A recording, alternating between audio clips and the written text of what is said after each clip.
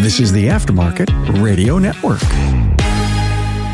Hey, welcome everyone. Carm Capriato, Remarkable Results Radio. Good to have you here. Hey, look, we are the service aftermarket's best kept secret to personal networking. Trust me, I know. You tell me. We've got a newsletter, and it comes out probably 3 times a week. I write a blog on that every Monday. It keeps you in touch with what's going on, some behind-the-scenes stuff, some crazy thoughts from my mind. RemarkableResults.biz/insider if you would love to subscribe. Here's my guest, Dr. David Weiman. Hi, Dave. Good morning, or wherever somebody is, good afternoon or evening. Psychologist from Weiman Consulting, WeimanConsulting.com. Thank you so much. I counted 5 episodes with me since I met you a few years back. And every time you come on, we seem to just nail something so good when it comes to the people side of our life. And I just want to tease the world. We've done episodes on creating a sticky organization, the many roles of the shop owner. That was great. Handling a toxic employee, managing holiday stress. Wow, that came out perfectly on time in December of 2021. And stress busters to deal with the emotional roller coaster that sometimes we are always on. So thank you for bringing your wisdom here to the show. So appreciate it. Now today, how to give critical feedback. Hey, plan to be at Apex 2023, October 31st through November 2nd. Apex will build upon the incredible success of Joe's Garage, a full 10-bay working environment. If you earn your living in the auto service aftermarket, then Apex is for you. Hey, for over 30 years, Napa Trax has made selecting the right shop management system easy by offering the best, most comprehensive SMS in the industry.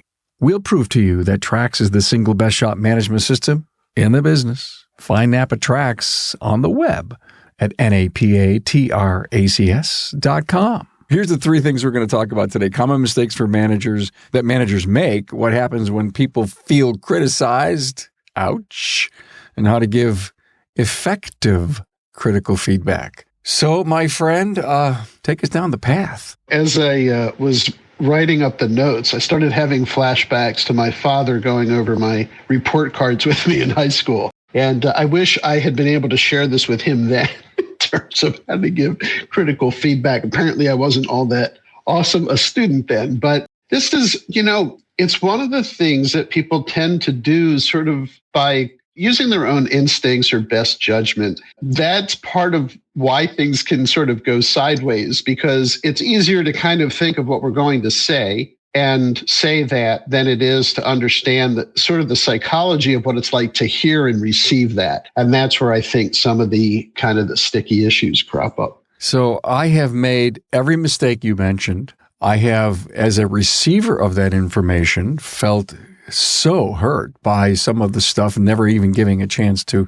reply and respond. So let's start with your common mistakes. These are the ones that I think people will be able to relate to right off the bat. And it's from the perspective of the person who's giving the feedback. But if you've ever gotten feedback that was critical and made you feel cruddy, you remember that for a long time. I mean, people remember that forever. But some of the things that managers tend to do that are mistakes are waiting too long to give the feedback. They kind of wait until they get fed up and then they let it out. So that's one. The second was related to that. If you're letting things fester and stew, by the time that you give the feedback, you're really angry. So that's another issue. A third one is talking about things you didn't directly observe. So we hear employees maybe complaining about somebody, and then we go to that person who they've been complaining about to talk about it, but we never directly observe those things. Related to that is mind reading, which happens a lot. Managers start to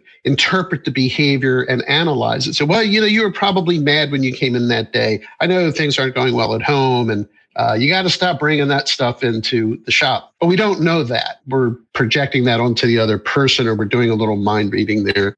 The second to last thing that tends to happen on my list is kind of loading up with several complaints at the same time. You're always late. You didn't handle this customer well. You never put the tools back. Like we just kind of have a laundry list of things, and they get blasted with all of that. And finally, talking too long at the beginning of the conversation. There's problems with all of these things. Each one of them has their own kind of consequence to it, but they're related to one another. If I waited a long time and now there's multiple things that I need to address with the person, there's a tendency to make it like the opening statement of a court case where you're reading off all of the sins of the person. I'm reminded of a story from Lake Wobegon days where this kid is angry at the town, and in Martin Luther style, he writes up a whole list of complaints and he nails them to the church door, and then he leaves, and there's just this list of complaints there. These are all sort of related to one another.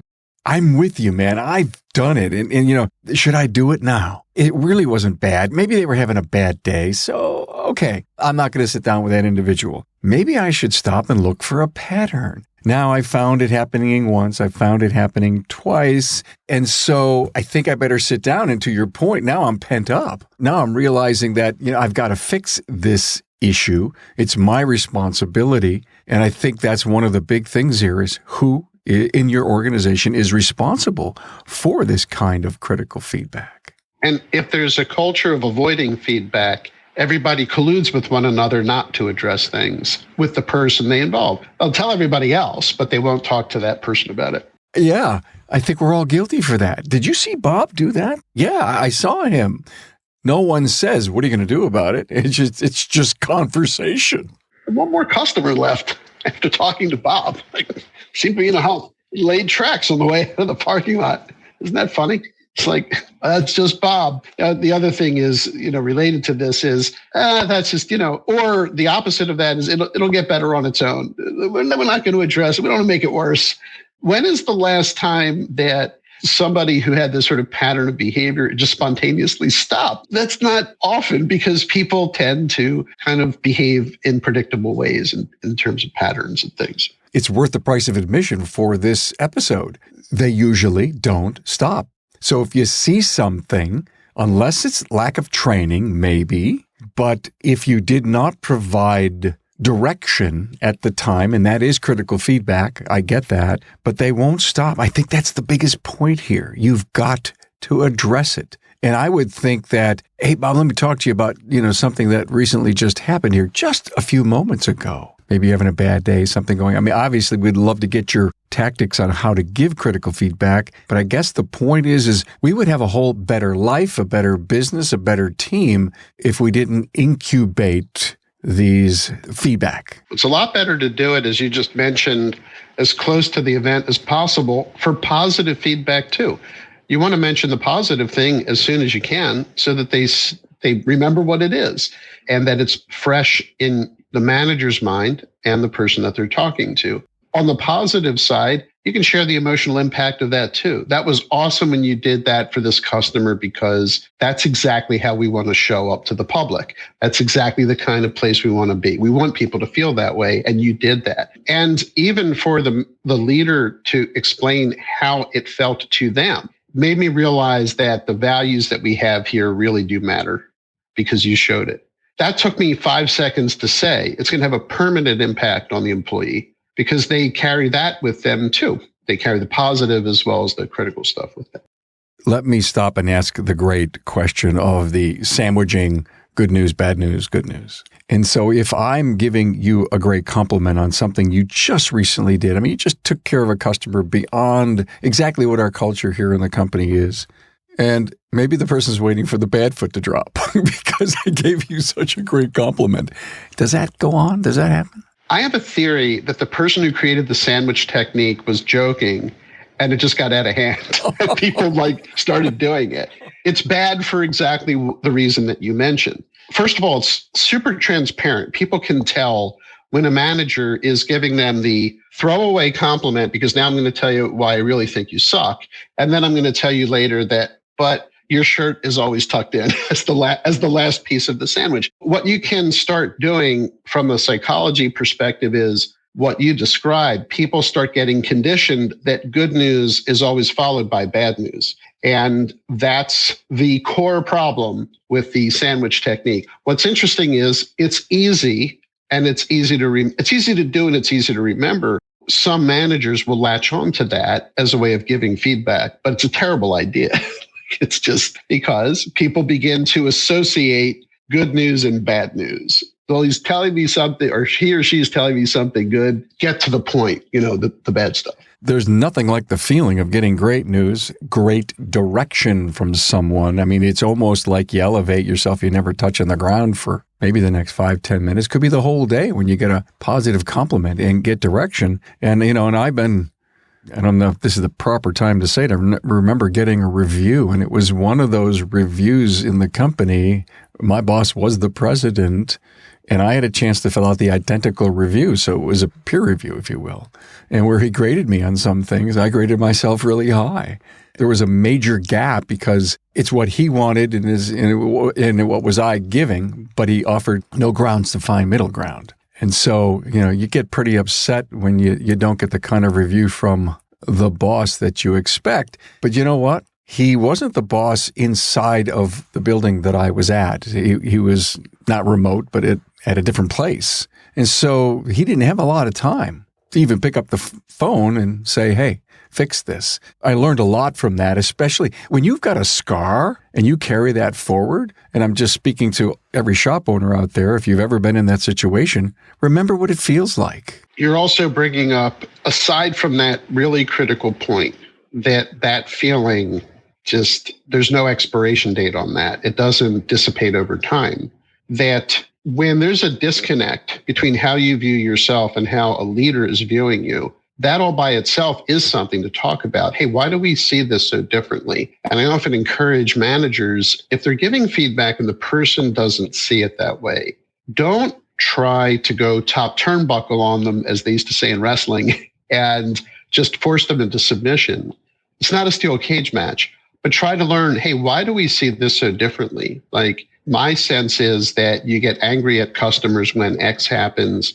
You say you don't feel that way. I wonder why we see it so differently, and make that the thing to resolve instead of saying, no, damn it, I'm going to show you videos of you doing it. Like, it's not a court case and it shouldn't feel that way. But sometimes managers feel like, well, I need to lay on more evidence until they submit.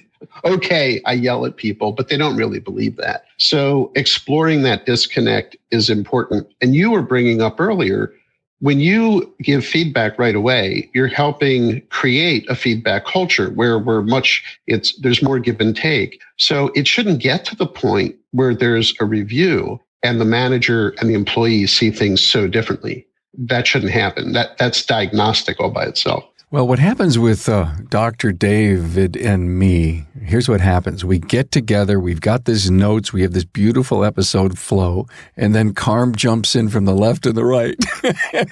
And because I just love listening to you. You bring back all these incredible, like you say, that issue that happened was like 9 years ago. And I still remember it as well as I am looking at you. I said that only for this reason is let's get back on track and let's do the point to what happens when people feel criticized. I think it's important to look at that. The most important thing that for managers to realize is as somebody starts to feel criticized, right off the bat, this wall starts going up and it happens fast. And they start thinking of how to respond and defend themselves, and they stop listening to what you're saying. And that kind of derails the entire process. So if you look at all the things we talked about that managers tend to, sort of the mistakes that they make, the long introduction, all this other stuff, the person stops listening after the first accusation anyway, and they don't hear the rest of it. As we get angry, we stop paying attention to that input. It's not that we don't hear the other person speaking, but it's noise. It's like the things that we get used to, a fan running in the background, or, if there's a light where there's a bell that goes off and we hear that tone, we stop paying attention to it. So when people start to get defensive, they stop listening. And you can imagine that wall that goes up, what's happening behind the wall is they're thinking of how to defend themselves. They can also feel resentful for everything that was described to them. They might not see it the same way. They might think you don't have enough information. You didn't see what happened right before you walked in as the manager. I have heard a lot of employees say, if I've been doing this for 3 months, why are you only telling me now? It would have been better if you told me, as you pointed out earlier, the first time you saw it, then I wouldn't have kept doing it. And the last of those is the angry response that you get. A lot of managers are surprised that they're giving somebody feedback and the person got really angry and came back at them as with equal force. And that's a reflection of how disrespected they felt.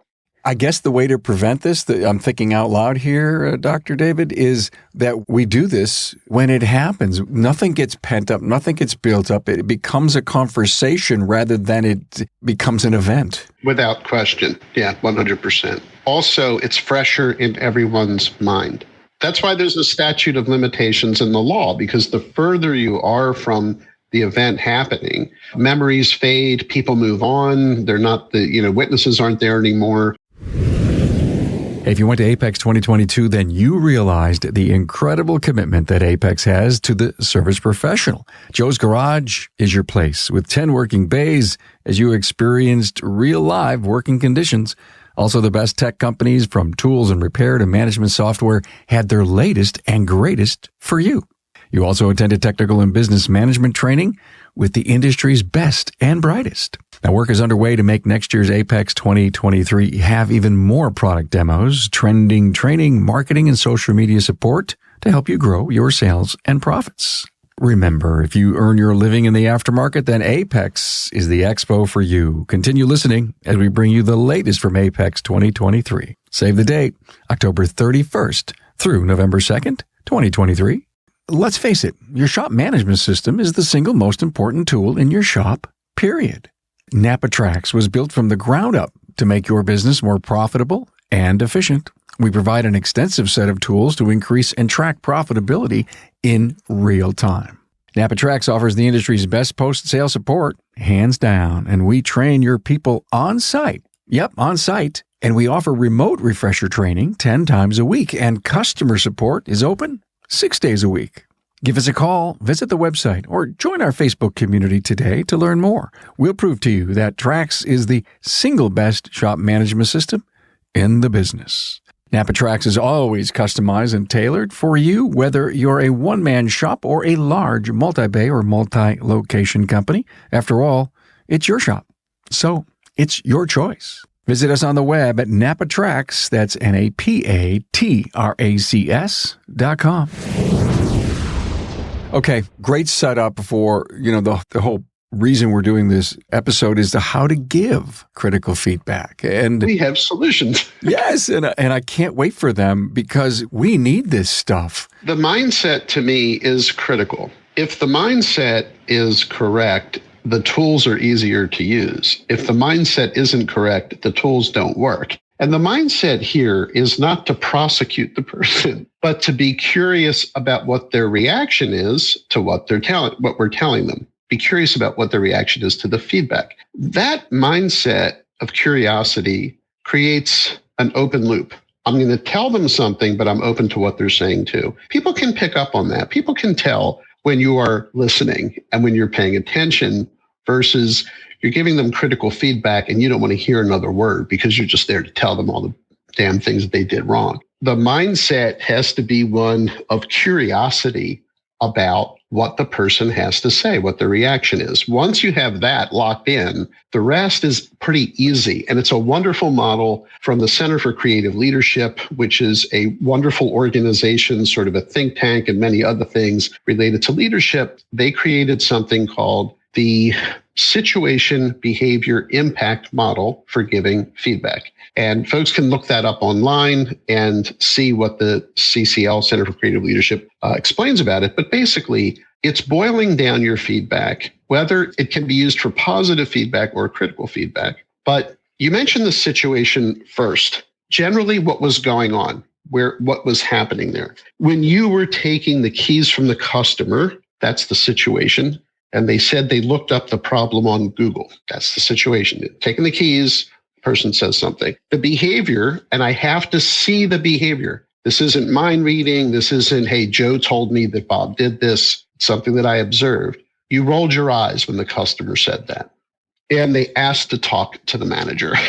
So that's like I'm a news reporter there, and I'm just reporting what happened, what I observed. I'm not reading into it, and I'm not analyzing it. I'm just saying, when you were taking the keys from the customer and they said they looked this problem up on Google. You rolled your eyes. The impact was the customer saying, I saw that, I want to talk to the manager. So we've packaged this together really tight. That's the whole feedback right there. You mentioned the situation, customer hands the keys and mentions that they looked up the problem on Google. The behavior, I noticed you rolled your eyes. I'm not saying you got angry because I don't know that. I'm just saying what I saw. You rolled your eyes. The impact, the customer said, I saw that and I want to talk to the manager. Now, I can also give the impact on me. When you rolled your eyes, I got worried because the customer seemed offended by that. I can give the impact on me, but in the case that we're sharing right now, I'm noticing the impact on the customer, and the customer is really important because when they pay us, we have a way to pay other people to survive. The point of the model is you stick to the facts. You stick with one situation only. You remarked earlier, and we've repeated this, do it as soon after the event as you can so it's fresh in everyone's mind. And then you quickly turn the conversation over to the person you're giving the feedback to. Tell me your thoughts about that. I do not say, tell me your side of that, because that makes it sound like we're on opposite sides and we're not. I just stop and say, what do you think? What are your thoughts about that? What's your reaction to it? They will start talking right away and explaining what their side of it was. I actually heard someone say in a similar situation, I wasn't rolling my eyes. The lights flickered, the fluorescent lights flickered, and I looked up to see what was going on. That's okay. That's their version of it. But you had a learning moment right there. The eyes will never flicker again. No, the eyes won't go up ever, no matter if there's a flicker or not, because the customer took the flicker as he didn't care, he wasn't paying attention. I look at what you just said in the situation, behavior, and the impact is to tell that individual, I want to learn why. I want to learn why. And then you toss that's a great way, if you will, to open up to toss it back to them. I want to learn why. Why did that happen? Why do you think that happened? You can say what's your view of that. I just don't say what's your side of the story, because that makes it sound, I'm standing there, so we all saw the same thing. And what we're looking to do is co-create the solution. I could say, how are you going to make sure you never do that again? But I need some information first.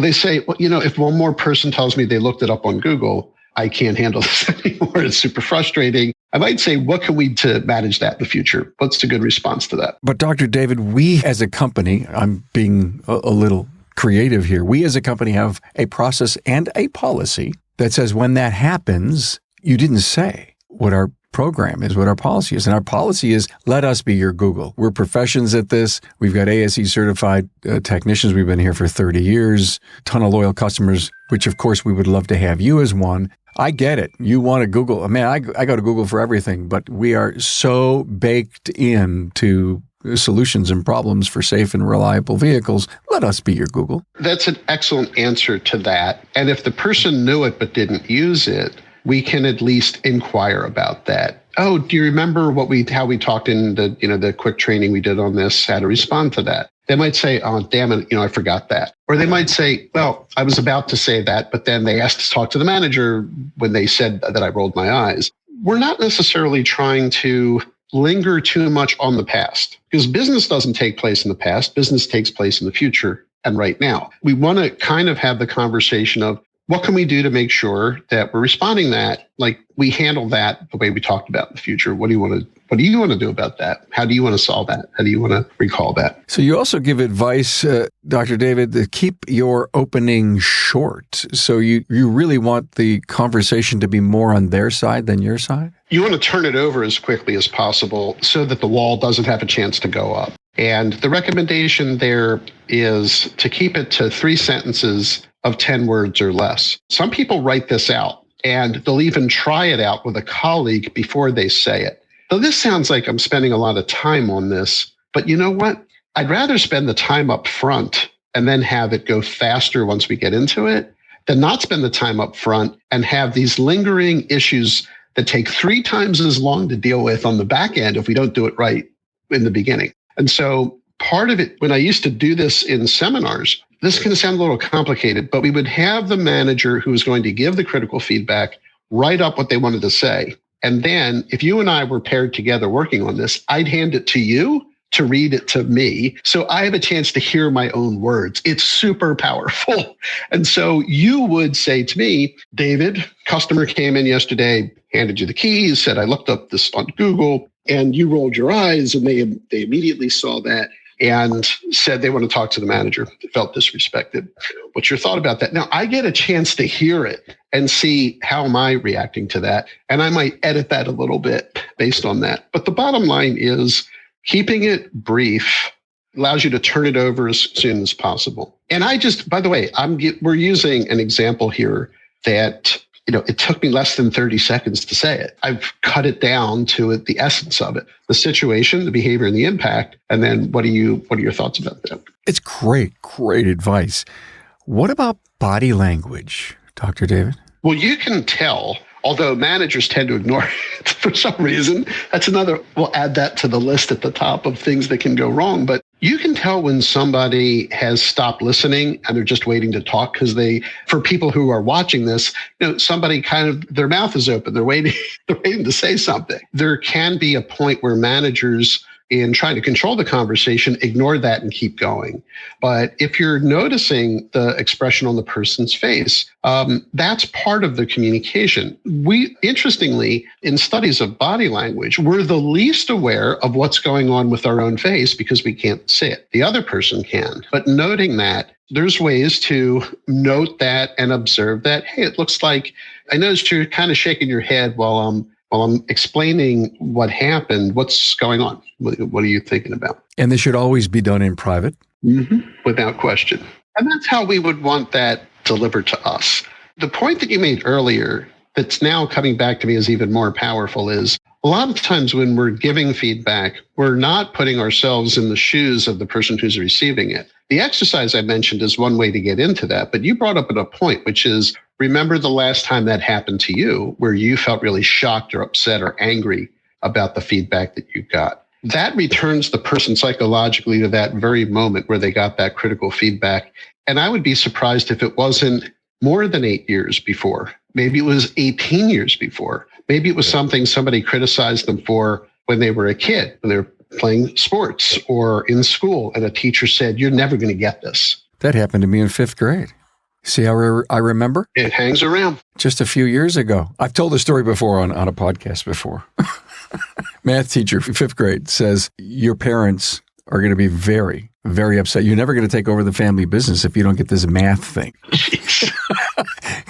And the business was right next door to the school, right? So everybody knew who I was, and I buckled down. I mean, there's some critical moments in life that really happened to you. One day I got to tell my college story that is really huge, changed my life, was a big pivot in my life. It's not the time to tell it. But anyway, Dave, I'm so appreciative of what you're doing here because, like me, so many that are listening here, if you let this sink in and just don't say, how could I be a better leader for my people? This has everything to do with you. I think it has to do with family. I think it has to do with spouses. It has to do with children. And then let's think about the businesses today that claim great communicators, lots of transparency. Wow, all of this kind of lens there. There's something you're saying that's making me realize that if we do it the right way, people are much more receptive the next time we have something to offer. The idea of showing that same appreciation we want them to have, and it's difficult because we're used to feeling defensive ourselves when someone gives us critical feedback. But if I were the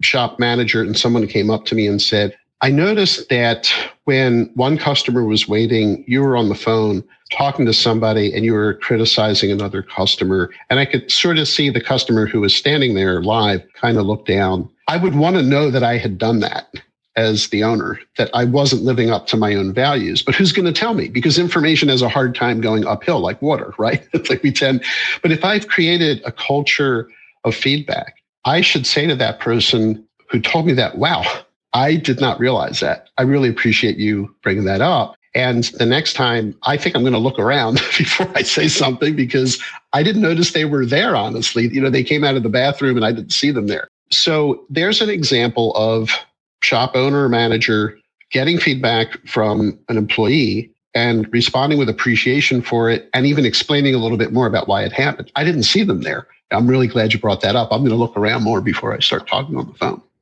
What a powerful, powerful episode. One of my takeaways here is we can give you all of this education. We can give you all of these steps. Look in the show notes. You'll see all of Dave's talking points to help you realize what we spoke about. But sometimes you got to do it once and fail in order to say, I see what they were talking about. I see why it doesn't work. And then you need to do it another time to get the positivity of it. And then you need yourself to ultimately change. Unless you start doing role play after role play after role play, which is kind of a cool way. Maybe the team gets together, the organization gets together and says, hey, we're going to spend the next hour on critical feedback and how to do it right so that we can all groom and grow and be better and be a better team. Well, that's a great idea. Yeah. And if you think about it, this model that the Center for Creative Leadership created is super efficient and it's very effective. And so if I'm looking for things that work in my business, when I was in the publishing business, if I was to implement something,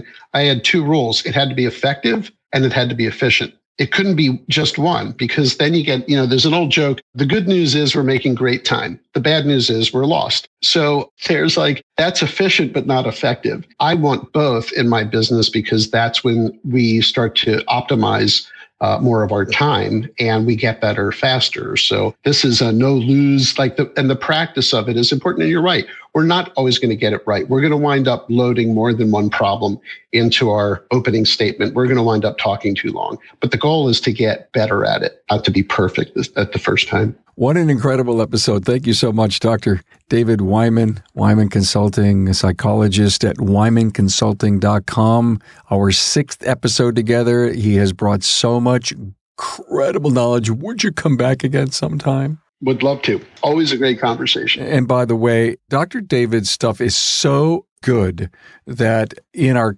classroom page on our website where we have bundled different strategic, thinking, training stuff, Dr. David has his own classroom module on all the episodes that he's done. So you can sit together as a team and just go over these episodes and get smarter and better at being a great leader, great owner, great husband, great wife.